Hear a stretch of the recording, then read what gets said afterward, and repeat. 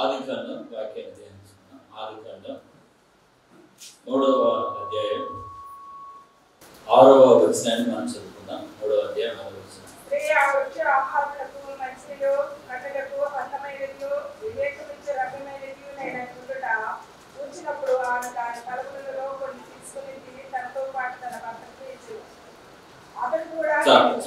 మూడవ అధ్యాయం 6వ వచనం మాట్లాడు. ఇక్కడ 3 విషయాలను మనం గమనించాలి. ఆదికాండం 3వ అధ్యాయం 6వ వచనంలో ఆహారమునకు మంచిది, రెండవదిగా చూసినట్లయితే కన్నులకు అందమైన, మూడవదిగా చూసినట్లయితే దేవుని బిడ్డలారా అది ఎలా ఉందంట, వివేకము రమ్యమైంది.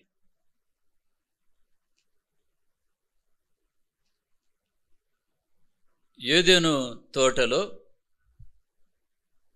ఆదాము అవ్వలు వారు ఉంటున్నప్పుడు అవ్వను సాతానుడు ఏ విధంగా శోధించాడో ఆ శోధనకు అవ్వ ఏ రీతిగా ఆ శోధనకు లొంగిపోయిందో ఆ విషయాన్ని మనం 3వ అధ్యాయం 6వ వచనంలో మనం చూస్తున్నాం. జీవితంలో మనకు శోధన కలుగుతుంది. శోధన కలిగినప్పుడు శోధన మనం జయించువారుగా ఉన్నట్లయితే మరొక ఆత్మీయక మెట్టులోకి మనం ఎదుగుతాం. మరొక ఆత్మీయ మెట్టులో మనం అడుగు పెడతాం. శోధనకు లొంగిపోతే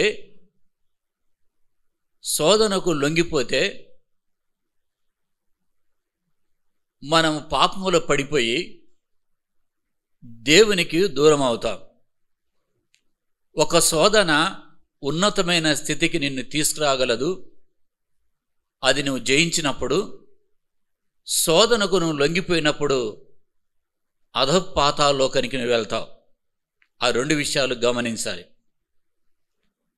శోధన ఏ రీతిగా మన జీవితంలో వస్తుందో, ఏ విధంగా సాతానుడు మనం శోధిస్తాడో అది వాక్యం ద్వారా మనం గమనించాలి. అవ్వను శోధించాడు, 3 విషయాల్లో శోధించాడు. మొదటిగా మనం చూసినప్పుడు ఆహారమునకు మంచిది. అవ్వ చూసింది ఆ తోటలో మధ్యలో ఉన్నటువంటి ఆ చెట్టు ఫలమును చూసింది. ఆ ఫలము ఎలాగుందంటే ఆహారానికి మంచిది. అదే శరీరాశ. రెండవదిగా కన్నులకు అందమైంది. ఆ ఫలము అవ్వ కన్నులకు అందంగా కనపడింది. అది నేత్రాశ. మూడవదిగా ఆ యొక్క ఫలం ఏ విధంగా ఉందంటే రమ్యమైంది, వివేకమైంది. అది జీవపు డమ్మం. ఈ లోకములో ఉన్నది కూడా ఈ 3. నేత్రాశ, శరీరాశ, జీవపు డమ్మం. ఈ మూడు ద్వారా అనగా ఈ 3 విషయాల్లో సాతానుడు మనల్ని శోధిస్తాడు. మొట్టమొదటిగా శరీరాశ. అంటే శరీరాశ, శరీరము ద్వారా మనకున్నటువంటి శరీర ఇచ్ఛలకు మనం లొంగిపోయినట్లయితే శరీర ఇచ్ఛలకు మనం దూరంగా పారిపోవాలి. శరీరములో ఉన్నటువంటి కోరికలను, శరీర కోరికలను మనలో అవి అదుపులో ఉంచుకోకపోతే ఆ శరీర కోరికలు, ఆ తలంపులు, ఆ చెడు తలంపులు కార్యరూపంలోకి వచ్చినట్లయితే చాలా నష్టం కలుగుతుంది. మనం అది నష్టమే మాత్రమే కాకుండా దేవునికి దూరం అయిపోతాం. డబ్బు, ఆహారము, వస్త్రాలు అంత మాత్రమే కాకుండా ఆహారం అంటే ఆహారం మీద ఎక్కువ రుచించదు. ఏ ఆహారం తినాలి, ఇంకా కొత్త ఆహారం ఏ విధంగా తినాలి, ఆహారం, వస్త్రాలు, శృంగారం, ఇవన్నీ కూడా శరీరిచ్చలు, శరీర సంబంధించినటువంటి విషయాలు. కనుక శరీర విషయాల విషయంలో పౌలు భక్తుడు ఏమి సెలవిచ్చాడో దేవులారా, రోమా 13వ అధ్యాయం 14వ వచనాన్ని మనం చదువుదాం. ఆ వాక్య భాగాన్ని మనం చదువుదాం దయచేసి. రోమా 13వ అధ్యాయం 14వ వచనం.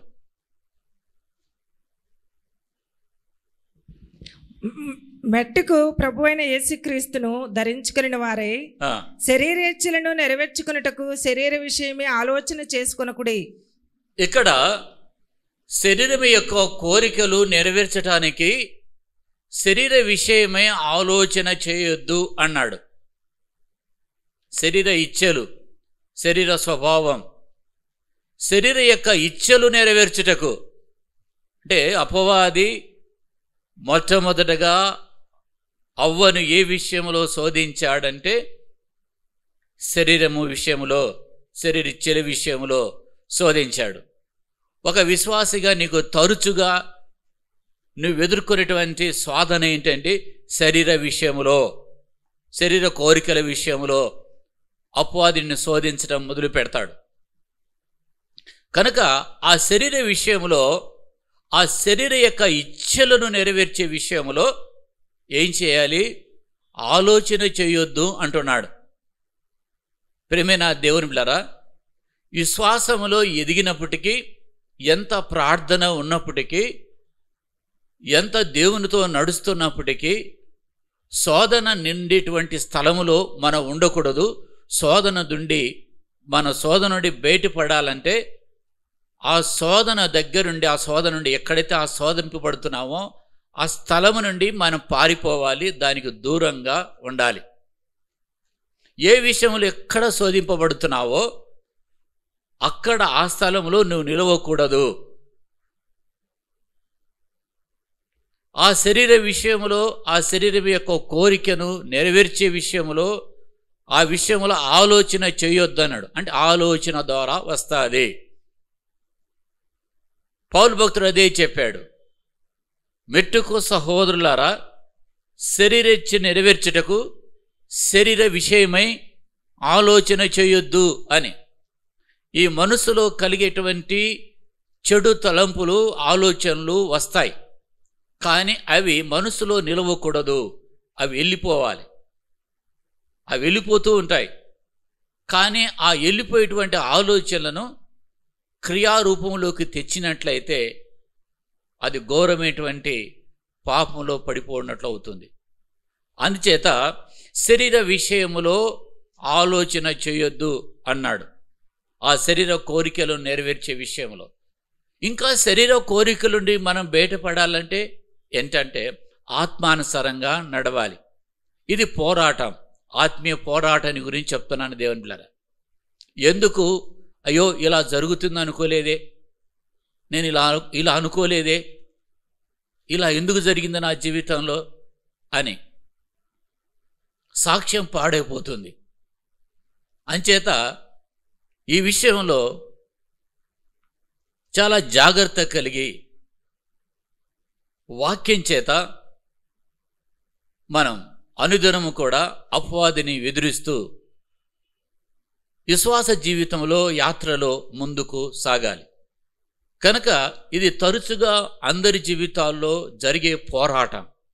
ఈ పోరాటాన్ని ఎవరు చెప్పరు, వారంతట వారే ఆలోచిస్తుంటారు. ఎందుకు నాకు ఈ తలంపులు వస్తున్నాయి, ఎందుకు నాకు ఈ ఆలోచనలు రావటం వస్తాయి, మంచిదనటం లేదు, వస్తాయి.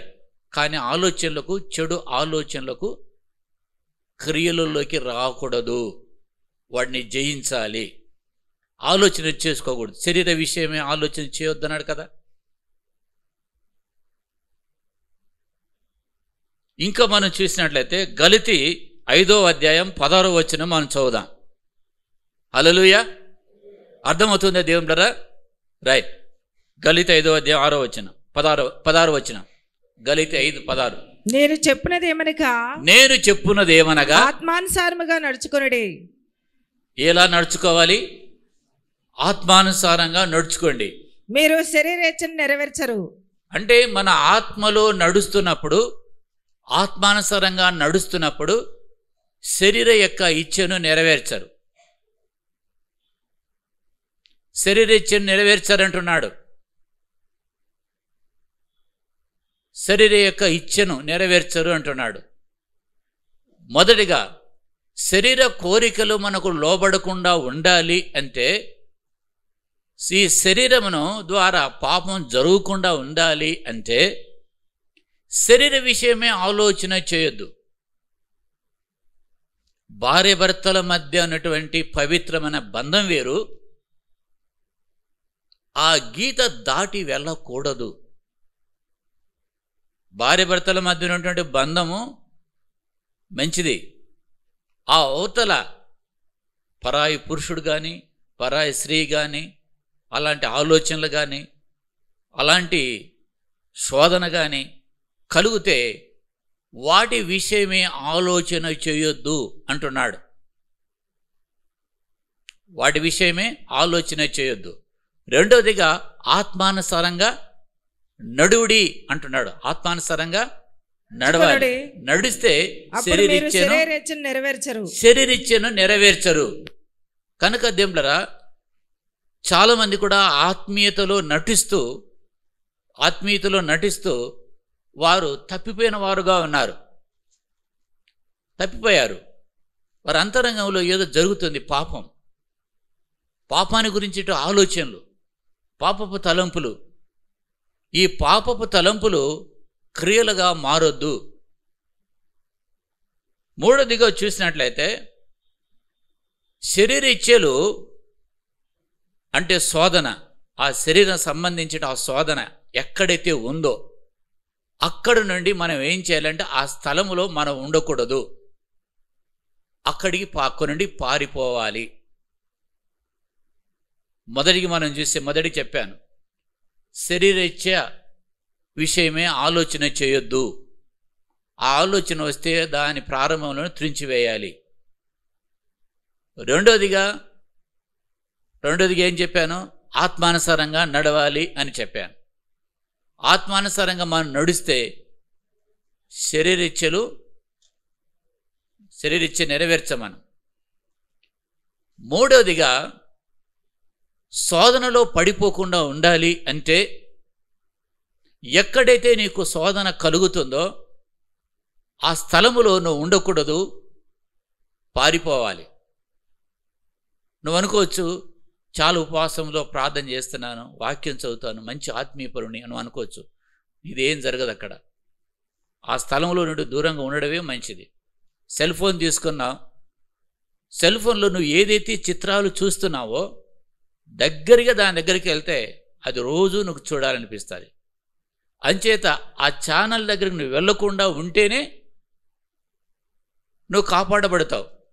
లేకపోతే దాంట్లోకి వెళ్తే నువ్వు దానికి అడిక్ట్ అయిపోతావు. కనుక కొంతమంది ఆ చెడు చిత్రాలు, అసభ్యకరమైన వాటిని చూస్తారు. చూడండి, వాళ్ళకు మనసు తృప్తిగా ఉండదు. శరీరమే ఒక తృప్తి కోరుకుంటుంది. ఆ తృప్తిని నెరవేర్చడానికి మనిషి ఏం చేస్తాడంటే ఆ సెల్ ఫోన్లో చూస్తాడు ఆ యొక్క అసభ్యకరమైన చిత్రాలు. కనుక ఆ అలవాటు ఎవరిలైనా మీలో ఉన్నట్లయితే దానికి దూరంగా ఉండాలి. కేవలం నువ్వు దేవుని సంబంధించిన వాక్యము, దేవుని సంబంధించిన విషయాలను ఆ సెల్ ఫోన్లో చూస్తూ నువ్వు దేవునిలో ఆనందించాలి తప్ప దేవునికి వ్యతిరేకమైనది ఏది కూడా దానిలో చూడొద్దు. ఒక్కసారి చూడడానికి నువ్వు ప్రారంభించావనుకో, ఉదాహరణకు పాత సినిమా ఏదో అని వచ్చింది, దాన్ని నొక్కావు, అన్ని పాత సినిమా వస్తాయి. అట్టుంది సెల్ ఫోన్కు, దాని ప్రభావం అలాంటిది. ఒకటేదైనా సైన్స్ గురించి ఒకటి చూడాలని చూస్తే అంతా సైన్స్ వస్తుంది. అలా ఉంటుంది దానికి ఆ సిరీస్. ఏదైనా ఒక చెడు ఫిగర్ను నొక్కావంటే అదే ఫిగర్స్ వస్తాయి. కనుక ఎక్కడైతే నీకు శోధన ఉందో ఆ శోధన ఉన్న స్థానానికి ఏం చేయాలంటే మనం అక్కడ ఉండకూడదు, దూరంగా పారిపోవాలి. అంటే సెల్ ఫోన్ దూరంగా పారిపోవాలంటే అర్థమే పక్కన పెట్టేయాలంతే. అది వినకూడదు, చూడకూడదు. ఆ స్టార్టింగ్లో చూడగానే స్కిప్ చేయాలి దాన్ని. 2 తిమోతి 2:20. నీవు యవ్వనేచ్ఛల నుండి పారిపోము, నీ యవ్వనేచ్ఛల నుండి పారిపోము. పవిత్ర హృదయులై ప్రభువునకు ప్రార్థన చేయి వారితో కూడా నీతిని, విశ్వాసమును, ప్రేమను, సమాధానము వెంటాడుము. చాలు. అంటే యవ్వనేచ్ఛల నుండి పారిపోము అంటే అక్కడ నుండి పారిపోవాలి. అవ్వను అపవాది ఏ విషయంలో మొట్టమొదటిగా శోధించాడు? శరీర విషయంలో. అంటే పండు ఆహారముకు మంచిది అని. ఎలా? శరీరం, ఆహారము, ఆహార విషయంలో, శరీర విషయంలో శోధించాడు. రెండోదిగా ఆ పండు కన్నులకి ఎలా ఉందంట? అందమైనది, నేత్రాలతో. అంటే దేవులరా, ఈ నేత్రం అనేది ఎలాగుంటుంది అంటే, ఈ నేత్రము ఒక దీపం లాంటిది దేహానికి. వింటున్నారా దేవులరా? నేత్రము అంట దేహానికి దీపం లాంటిది అంట. ఈ నేత్రము మంచిగా ఉంటే ఈ దేహం అంతా ఎలుగుమయం ఉంటుంది. ఈ నేత్రము చెడిపోతే, ఈ కన్ను చెడిపోతుంది, ఈ దేహం అంతా చీకటిమయం ఉంటుందంట. రెండోదిగా ఏమన్నాడంటే, కన్నులకు అందమైంది నేత్రాశ. మొదటికి మనం ఏం చూసాం? శరీరాశ. రెండవది నేత్రాశ. నేత్రాశ అంటే పండు చూసినప్పుడు ఎలా ఉంది? ఆమెకు అందంగా ఉంది. సో ఎప్పుడైనా ఒక దాంతో మనం శోధింపబడుతున్నామంటే మనం చూసే చూపు, ఈ చూపు మీద మనకు నియంత్రణ రావాలి. అది ఆత్మీయతలో మెట్టు. మన కళ్ళతో చూస్తున్నప్పుడు ఏ విధంగా శోధింపబడతాం? ఆమె తినాలని ఆశ ఎట్లా కలిగింది? నేత్రాలతో చూసి నేత్రాశ. ఈ లోకములు ఉన్నదంతా ఏంది? నేత్రాశ, శరీరాశ, జీవోడము. ఈ నేత్రములతో మనం మామూలుగా ఏ దోషం లేకుండా చూడొచ్చు, లేకపోతే మోహపు చూపు చూడొచ్చు. నేత్రాలతో మనం ఏం చేయొచ్చు? మోహపు చూపు. అంటే ఒక స్త్రీని అలాగ మోహ చూపు చూస్తే వెంటనే తన హృదయంలో పాపం చేసిన వాడు అవుతాడని దేవుని వాక్యంలో. అంటే నేత్రాశ. పాస్టర్ గారు ఇది ఇంత కష్టంగా ఉందే ఇది? అవును, వాక్యం అలా చెప్తుంది. నేత్రాశ. కనుక మన నేత్రాలు మనం చూసే చూపు ఎలా ఉంది? దేవుని సన్నిధికి వెళ్ళినప్పుడు, ప్రభా నేను ఈరోజు ఏం చూశాను, ఏమి చూసి ఏ మనసులో ఏమనుకున్నాను, ఏ విధంగా ఉంది నా ఆత్మీయ జీవితం? అంటే నేత్రముల ద్వారా మనం చూసి, సాధారణంగా చూస్తే పర్లేదు, ఒక 1 look, 2nd look, 3rd look అంటే ఏదో ఉంది. ఫస్ట్ లుక్ ఏం లేదు, 2nd లుక్ ఏం లేదు, 3rd లుక్లో మళ్ళీ 3వసారి చూసి ఇంకేదా? సో నేత్రముల ద్వారా మన నేత్రాన్ని కూడా ఏం చేయాలి? తేటగా ఉండాలి. నేత్రాశ.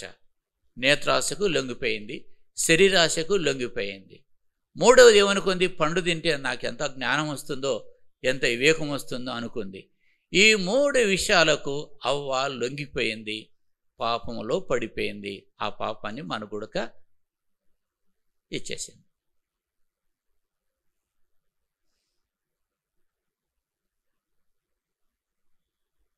ఇది జరుగుతుందా? ఈ విషయాల్లోనే అపవాది మనల్ని శోధిస్తాడు. శోధనకు ఇవే ఈ 3 విషయాలు. నేత్రాశకు, శరీరాశకు, జీవోడమ్మానికి నువ్వు లొంగకపోతే, నువ్వు లోబడకుంటే సాతాను నిన్నేమీ చేయలేడు.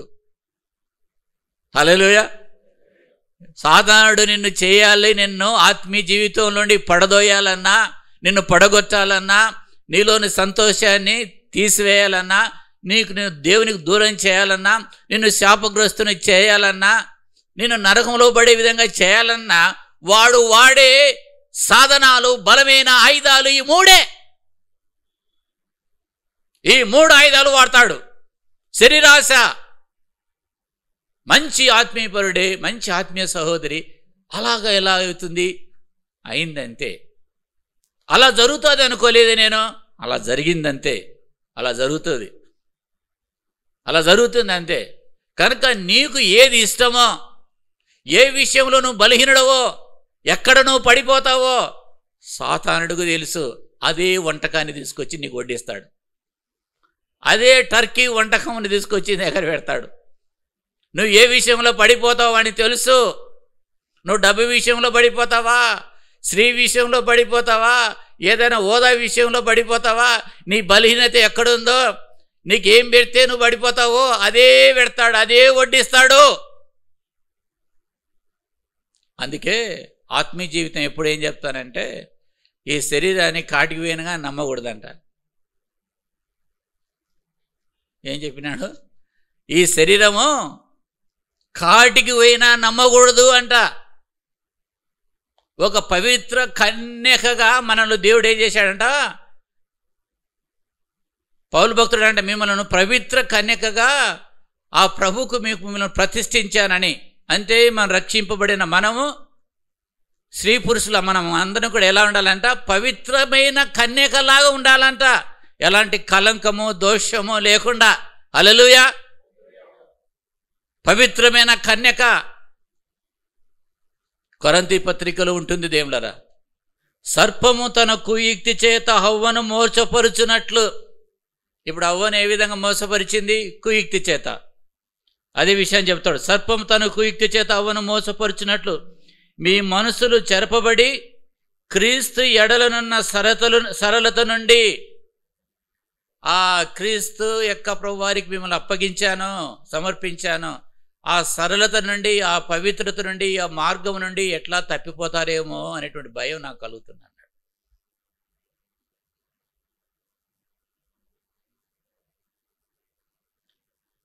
కనుక ఈ మూడు విషయాల్లో శోధించినప్పుడు అవ్వ పడిపోయింది. కానీ మూడు విషయాలు కూడా యేసు ప్రభు వారిని అపవాది శోధించాడు. కానీ ఈ మూడు విషయాల్లో యేసు ప్రభు వారు వాక్యం చేత అపవాదిని జయించాడు, శోధనను జయించాడు. మత్తయి సువార్త 4వ అధ్యాయం చూద్దాం.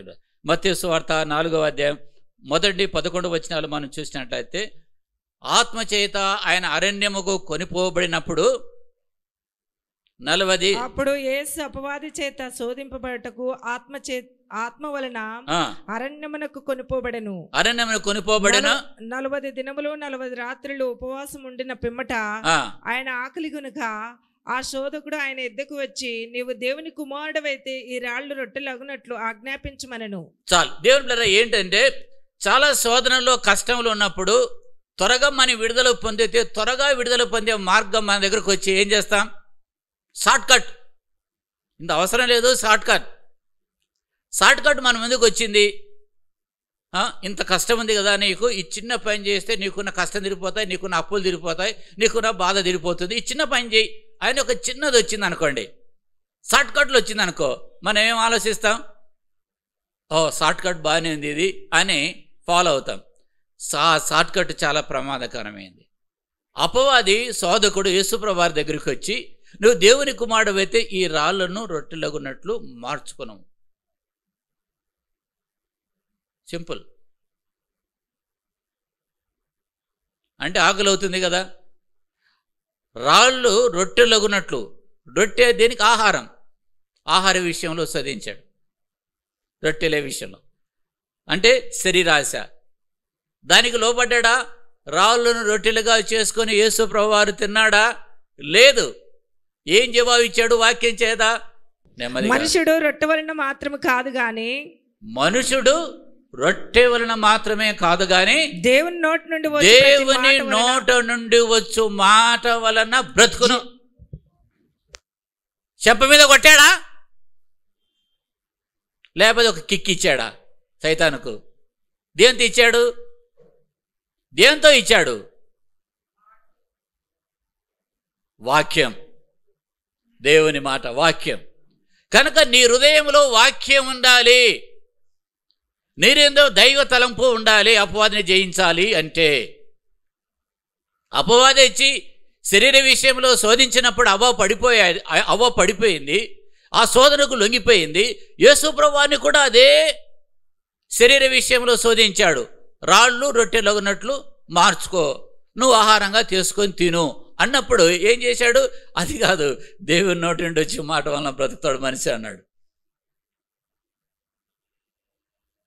అది రెండోదిగా దేవుని బిడ్డలారా, ఇంకో రెండో విషయంలోని ఏం చేశాడు? ఆ శోధన అయిపోయింది, అందరూ వదిలిపెట్టలే, అంతటా అపవాది మళ్ళీ వదిలిపెట్టలే. అంటే ఒక విషయంలో నువ్వు జయం పొందితే ఇంక అయిపోయింది, నాకు శోధన లేదనుకోవద్దు. మరొక దిక్కున వచ్చాడు, మరొక డోర్ నుండి వస్తాడు. ఒక డోర్ క్లోజ్ చేసావు, అమ్మాయ నాకు శోధన అయ్యింది అనుకుంటావు. ఎవరి బిడ్డలు చాలామంది నేను చెప్తున్నాను, జాగ్రత్త వచ్చాడు.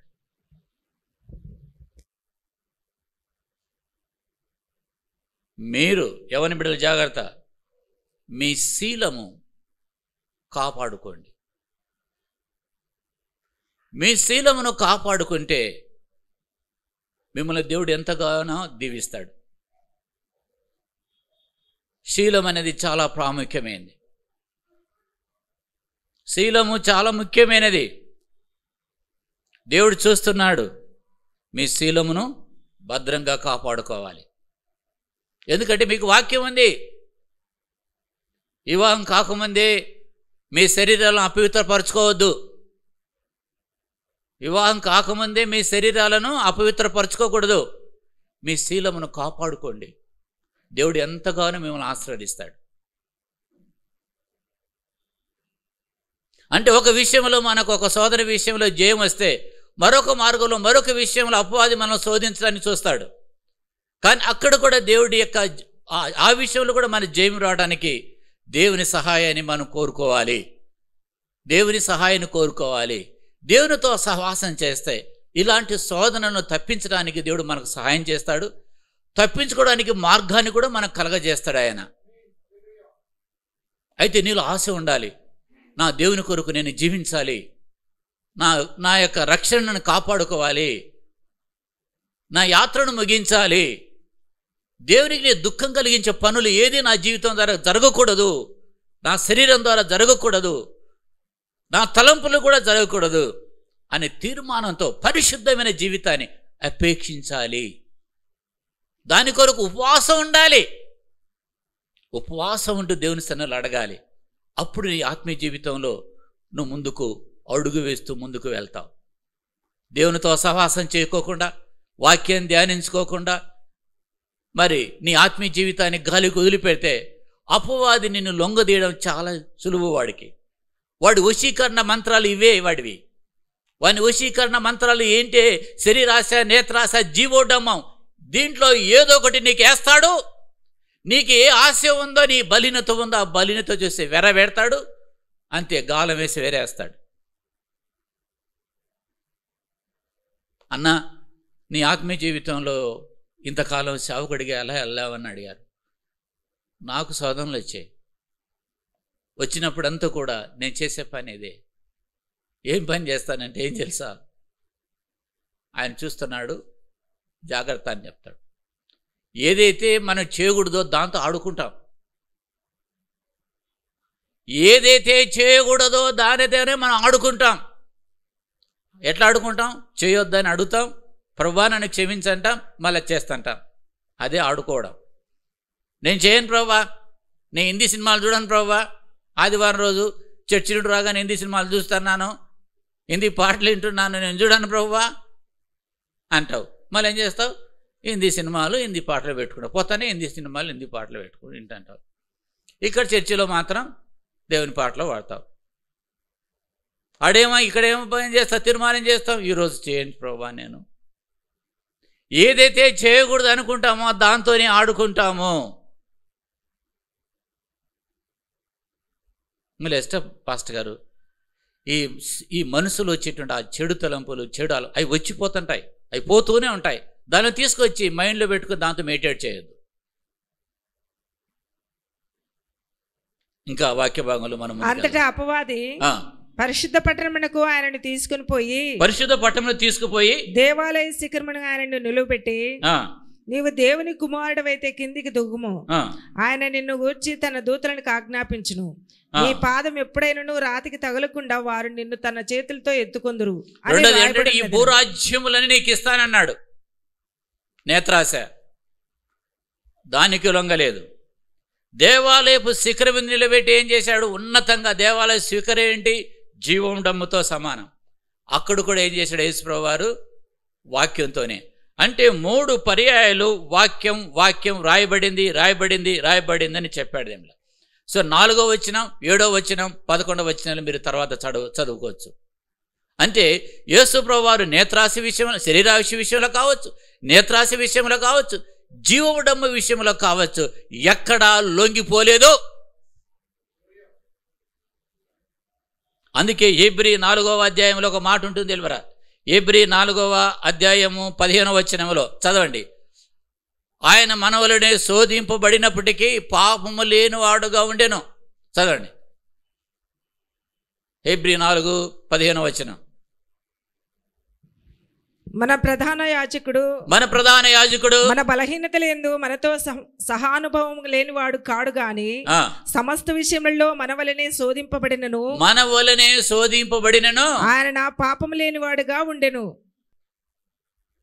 శోధన వస్తుంది. శోధన రాకుండా అది విశ్వాసులకి వస్తుంది, అవిశ్వాసాలకు కాదు. శోధన వస్తుంది. పెంచుకున్న కుక్కకు దాన్ని చూస్తున్నాక చికెన్ ముక్క బాగా ఫ్రై చేసిన చికెన్ ముక్కలు పెడితే ఏం చేస్తుంది? ఎగిరి దూకి తింటుందా, లేకపోతే యజమానుడు ఇచ్చేంత వరకు ఆగి ఉంటుందా? పెంచుకున్న కుక్క వచ్చింది, దగ్గరికి ఉంది, కూర్చో అంటే కూర్చుంటుంది. అక్కడ చికెన్ ముక్క పెట్టి దగ్గర పెట్టినప్పుడు యజమానుడు చెప్పిన తర్వాతనే తినాల. కానీ అక్కడ పెట్టగానే ఆ నిగ్రహశక్తి లేకుండా వచ్చి వెంటనే తింటే ఎలా ఉంటుంది? మీద పడి. నిగ్రహ శక్తి.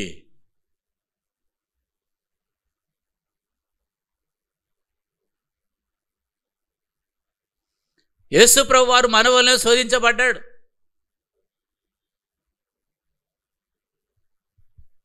కానీ ఆయన పాపము లేని వాడుగా ఉండాడు. నువ్వు శోధింపబడుతున్నావు. ఏ విషయంలో శోధింపబడుతుంటావు? ఒక అబ్బాయి ఒక అమ్మాయికి హాయ్ అని మెసేజ్ ఇస్తే రాత్రి అంతా నిద్ర పట్టదు కురోడికి. ఇంకా పిచ్చడైపోతాడు, చదవడు, ఏం చేయడు, ఊరికి హాయ్ అని కొట్టిందంతే. ఏం పెద్ద సంగతి కూడా కాదు. ఇంకా పోయి ఆయన చెప్తాడు, ఇంకొక ఫ్రెండ్ చెప్తాడు, క్లోజ్ ఫ్రెండ్కి పోయి, నాకు హాయ్ వచ్చిందిరా.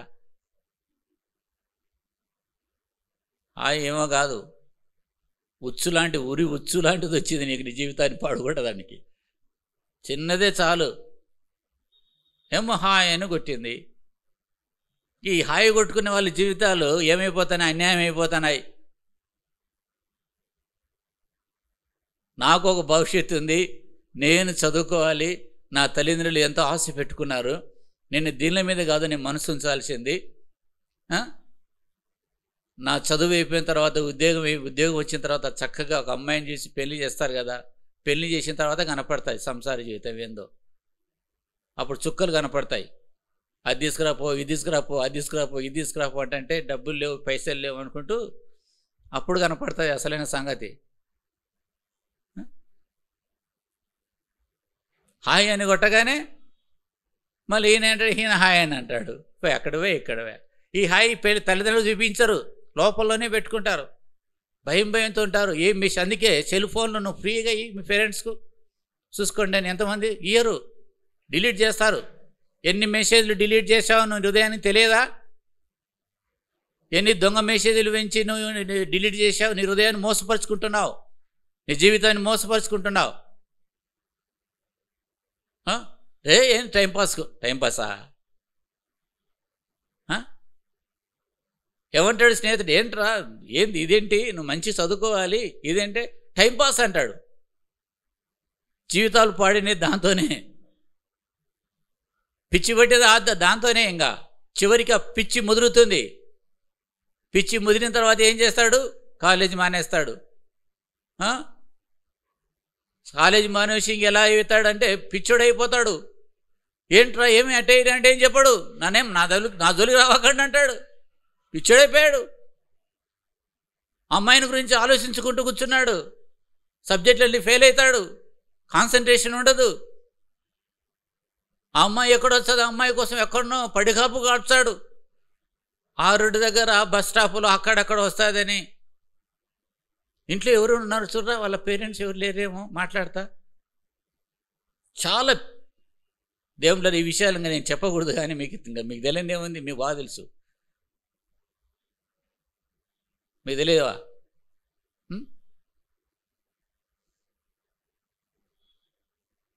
వాటికి దూరంగా ఉంటే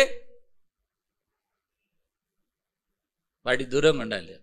యవనస్తులు మరే ప్రత్యేకంగా చెప్తాను. యవన బిడ్డలు, భయభక్తులు పెరగండి, మీ శీలాన్ని మీరు కాపాడుకోండి, చక్కగా మీరు చదువులు ముగించండి, ఉద్యోగాలు సంపాదించండి, మీ వివాహాల కొరకు ప్రార్థన చేయండి. దైవ చిత్తానుసారంగా మీ వివాహాలు జరిగితే చక్కగా జీవితంలో ఎంతగానో దీవించబడతారు. అది క్రమం. దీంట్లో సైతాను మధ్యకు వచ్చావు. వీటి మధ్యన సాతానుడు ప్రవేశించి నీ మనస్సుని, హృదయాన్ని పాడు చేసి నీ జీవితాన్ని పాడు చేయడానికి ఇలాంటివి అవకాశాలు తీసుకొస్తాడు, చెడ్డ అవకాశాలను. ఎందుకు? లోకంలో జరిగేదంతా అదే,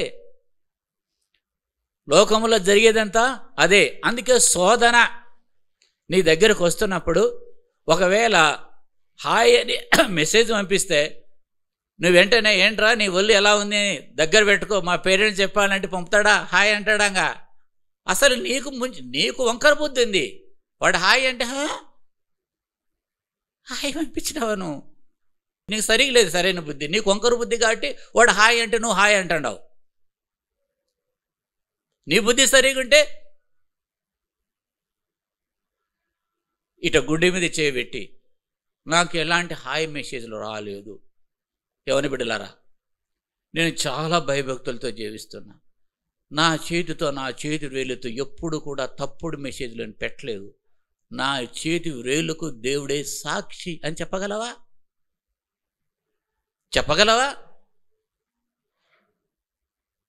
చెప్పగలవా యవన బిడ్డలారా? మిమ్మల్ని బాగు చేయడమే నా పని.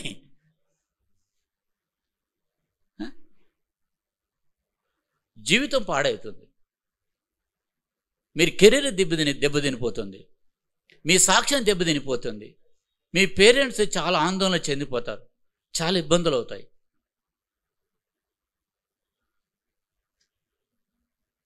కనుకనే ప్రియమైన దేవుని బిడ్డలారా,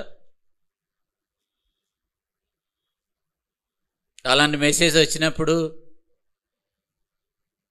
వెంటనే మమ్మీ ఏంటి ఎవరో ఇలా మెసేజ్ చేశారు, నా కోసం ప్రేయర్ చేయి, నేను ఇలాంటి కాదు అని వెంటనే డీల్ చేసి మళ్ళీ మెసేజ్ ఇవ్వకుండా అబ్బాయికి కొంచెం లెఫ్ట్ రైట్ తీసుకున్నాక చేస్తాడా? మా పేరెంట్స్ చెప్తాను, నువ్వు ఉండే డ్యూటీకి ఉండు, మంచి చదువుకో, ఏంటి మెసేజ్ పంపించావని అంటారా? ఒక్కొక్కరు మెసేజ్లు అంట.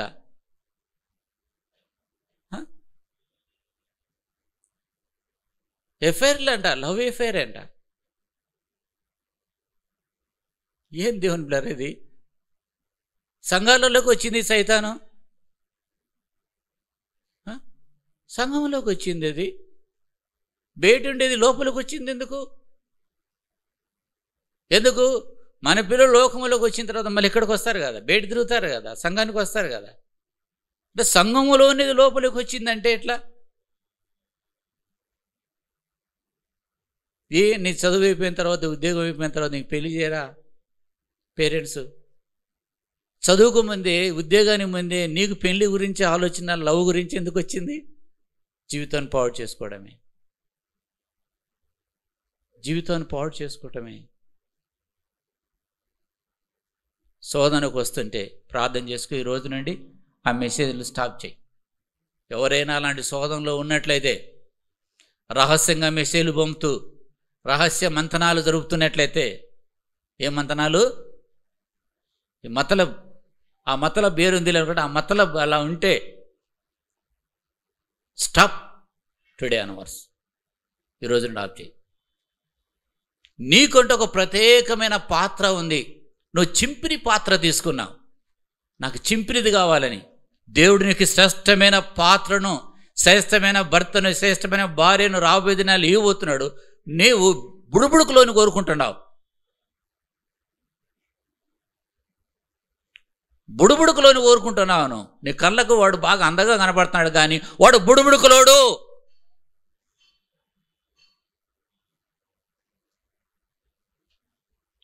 దేవుడు 2 మాటలు చెప్పి నేను ముగిస్తాను. యేసుప్రభువు వారు కూడా అన్నాడు, శోధనలో ప్రవేశింపకున్నట్లు మెలకుగా ఉండి ప్రార్థన చేయండి. మత్తయి సువార్త 26:41 ఆ వచనం చదవండి. దీంట్లో శోధనలో ప్రవేశింపకున్నట్లు మెలకుగా ఉండి ప్రార్థన చేయండి అన్నాడు. మత్తయి 26:41 వచనం. మీరు శోధనలో ప్రవేశించకున్నట్లు మెలకుగా ఉండి ప్రార్థన చేయుడి. శోధనలో ప్రవేశింపకున్నట్లు మెలకుగా ఉండి ప్రార్థన చేయుడి. ఎస్ దేవులరా, మన శోధనలో ప్రవేశింపకుండా ఉండాలి అంటే మనకు ఏం కావాలి? ప్రార్థన ఉండాలి. అంత మాత్రమే కాకుండా మనం స్థిరులై అపవాదిని ఎదిరించాలి. ఏం చేయాలి? అపవాదిని మనం ఏం చేయాలి? ఎదిరించాలి. కనుక నా ప్రియమైన దేవుని బిడ్డలారా, ఆత్మీయ పోరాటంలో ఉన్నటువంటి ఆత్మీయ సత్యాలు చెప్తున్నాను. ఇది శోధన కలిగినప్పుడు ఎలా మనం జయించాలి, శోధనలు లోబడకుండా మనం ఎలా ఉండాలి అనటాన్ని. ఒక్కసారి శోధనలు లొంగిపోయావా అంతే నీ జీవితం. ఏ ఏరియాలో నువ్వు శోధింపబడుతున్నావు? ఎక్కడ నేను అపవాదిని నీకున్నటువంటి ఏకాగ్రతను, నీకున్నటువంటి ఆ యొక్క ఆత్మీయత నుండి తప్పించాలని ప్రయత్నం చేస్తున్నాడు అపవాది. ఏ విషయంలో శోధింపబడుతున్నావు? శరీరాశ, నేత్రాశన, జీవబుడమం, ఏ విషయంలో? స్త్రీలకు ఉన్నటువంటి భార్య భర్తల మధ్య ఉన్నటువంటి పవిత్రమైన బంధం గురించి కాదు, అది పాపం కాదు. భార్య భర్తల మధ్య కాకుండా అవతల వైపు బయట నీ సొంత కుండ కాకుండా ఇంకొక కుండకు నువ్వు తాహోత పడతావో అది చాలా వెరీ కేర్ఫుల్. ఆ విషయంలో అనుకోవాలి, నేను ఒక కన్యకను అనుకోను. మనం అందరం కూడా ఎదిగిన విశ్వాసం అందరం, నేను పవిత్రమైన కన్యకను, నా శీలాన్ని నేను కాపాడుకోవాలి అని మనం ఆ రీతిగా పరిశుద్ధతను అపేక్షిస్తూ భయభక్తులతో ఈ రక్షణ పాత్రను మనం పట్టుకొని భయభక్తులతో ఈ జీవితాన్ని కొనసాగిస్తే విశ్వాస జీవితంలో ముందుకు కొనసాగలం. దేవుడు మెచ్చే జీవితాన్ని, దేవుని మహింపరిచే జీవితాన్ని మనం జీవించగలం. దేవుడు వాక్యం దీవించిన గాక. ఆమేన్.